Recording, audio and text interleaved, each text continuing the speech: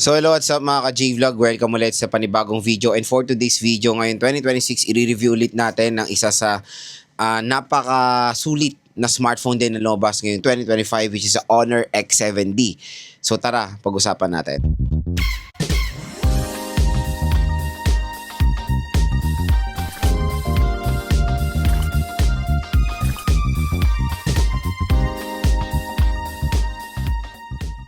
So yun mga ka-J-Vlog, shoutout sa mga nakanood ng ating unboxing and review sa Honor X7D last year, noong 2025. And this time, i-review natin siya ngayon 2026. So fresh review tayo ngayon 2026 para naman din mapag-usapan ulit kung maganda ba siya going 2020 this year, 'di ba?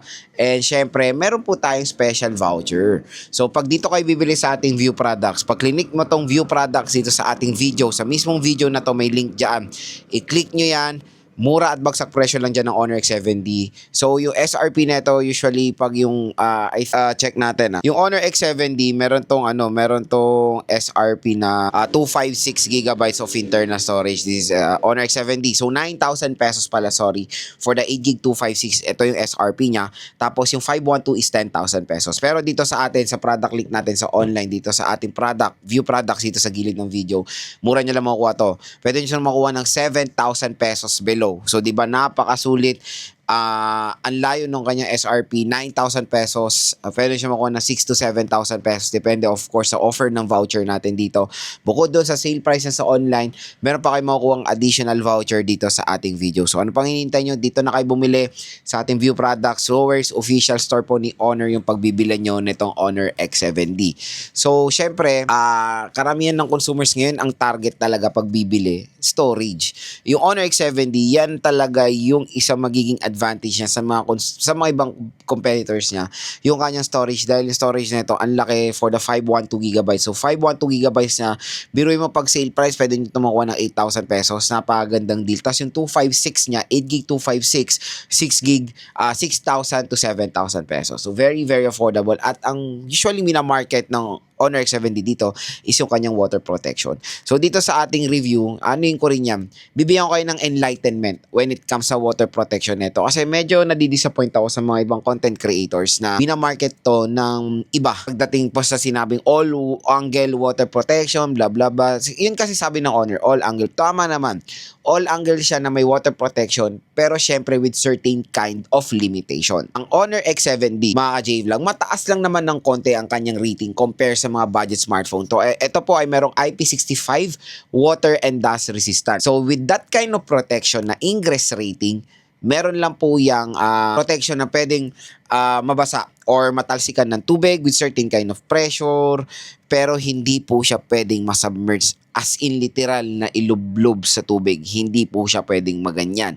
Again, water resistant siya. Kunyari umuulan, ginawa nyo navigating tool, tumalsik-talsik yung tubig, ganyan-ganyan sa mga katawan ng smartphone, may ganyang protection siya. Kunyari, nasa table siya, na-spill siya ng mga tubig, ganyan, may ganyang protection siya. Pero once na nalublob nyo to sa tubig ng 1 minuto, there's a possibility mako-compromise yung loob niyan kasi mababa ang IP rating niyan.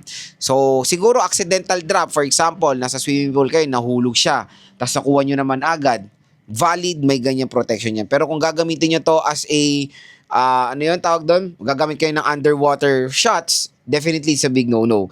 Kasi hindi po siya recommended sa ganyang senaryo. Nakikita ko yung mga ibang content creator, nilulublob to sa batya, sa iba, sa balde, basta iba. Basta nilulublob talaga nila. And it is not recommended, okay? Pwede lang siya, again, splash ng water. So, in short, splash resistant din itong Honor X7D. Ang mga smartphones lang na pwedeng malublob sa water ay yung merong protection na IP67, 68, and 69 water resistant. Ano ba yung mga smartphone na yan? Yan yung mga flagship like iPhone 17, 17 Pro, 17 Pro Max, 16, Samsung Galaxy S25, S24, Samsung Galaxy A56, IP67 yan, pwede. And of course, sa murang segment, the Vivo Y21D. Yan lang, yung mga ganyang protection lang ang pwedeng masubmerge sa water, okay? So, magandang linawin yan mga ka-J-Vlog sa mga ano natin, sa mga consumers natin, kasi ayoko naman ma-mislead sila when it comes dito sa water protection na ma-offer ng Honor 70. Pero which is okay naman, with that kind of protection, matutuwa na rin ako. Kasi syempre, maganda na siyang i-recommend sa mga consumers na alam mo yun, kumbaga sa outdoor talaga ang activity or outdoor talaga ang work. Take for example nga, mga delivery riders natin or motor taxi riders natin, bugbog sarado talaga ang smartphone nila. Yan na yan ang kanilang primary tool sa work nila. Kaya magandang i-recommend ng Honor X70 para sa kanila kasi hindi nyo na kailangan tong takpan ng plastic pag nag-navigate kayo pag umuulan. Sa mga ganyang senaryo, kampante kayo na hindi po masisira ang smartphone nyo kasi meron siyang water protection. Yun yung isang mina-market ni Honor when it comes dito sa Honor X70, yung kanyang water protection or yung all-angle water protection. So again, hopefully naging malinaw na yung water protection nitong Honor X70. Ang solid din dito sa smartphone na to, yung kanyang display. Although, konting disadvantage lang, it's TFT. It's not IPS. So, TFT, medyo, alam mo yan, hindi magandang quality niya compare sa IPS. Pero maganda kasi ulit sa Honor X70, ang taas ng kanyang needs of brightness. Yun yung magpapaboost dito sa smartphone na to when it comes sa kanyang needs of brightness. Malaki rin ang kanyang screen, punch hole of course, and naka 120Hz screen refresh rate.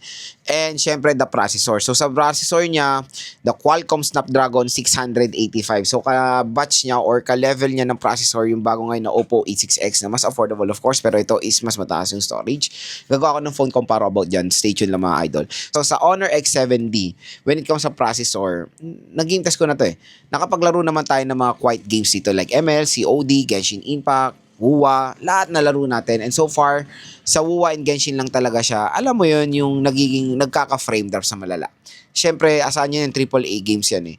Pero when it comes sa MOBA games, COD, ay kayang-kaya naman ng Honor X70, especially. Maganda rin siyang gamitin sa ganyang senaryo kasi malaki yung storage na ma-offer niya, 256GB of internal storage. So yun mga ka-J-Vlog, processor. Again, I will not recommend this sa mga solid gamers. Pwede siya sa mga casual gamers lang natin. Yung mga yan, tulad na lang ML, yung mga nilalaro lang na ganyan very basic.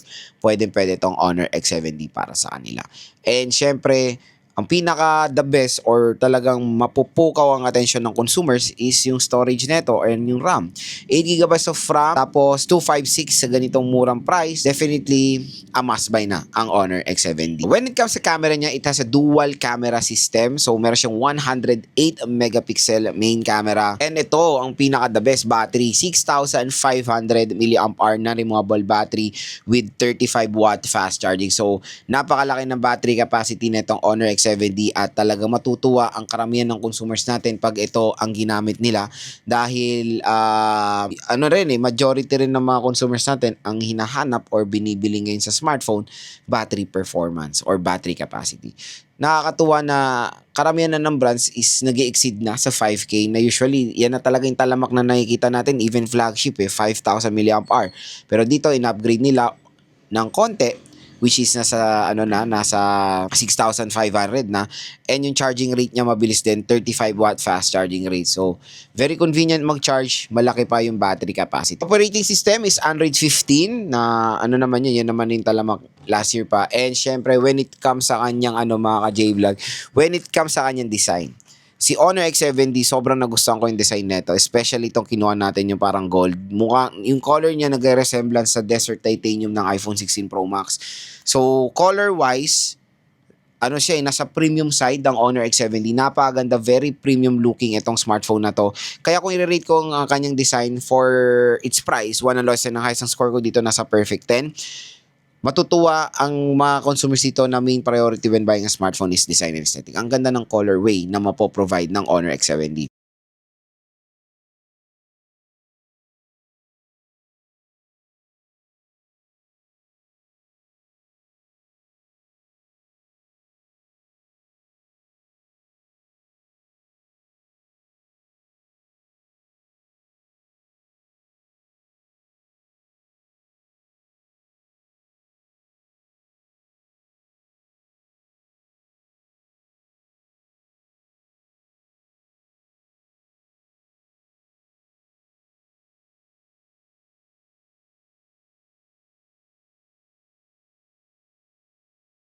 So yun mga ka-J-Vlog, ang ating review dito sa Honor X7D. So, pinaka main question, Lods, ano ba maganda po ba gamitin going 2026? The quick answer dyan is yes, pero depende kung magkano nyo siya nakuha. To be honest, yung kanyang SRP is medyo, alam mo yun, sa ibang specs niya, hindi bagay.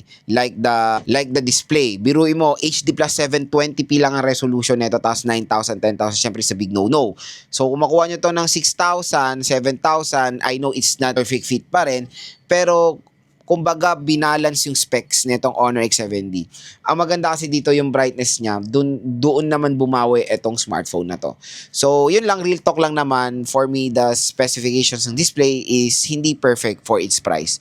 Pero, ayun, nagamit ko naman siya at hindi naman totally wash out yung display nito at maganda rin naman siya kahit papaano. Okay?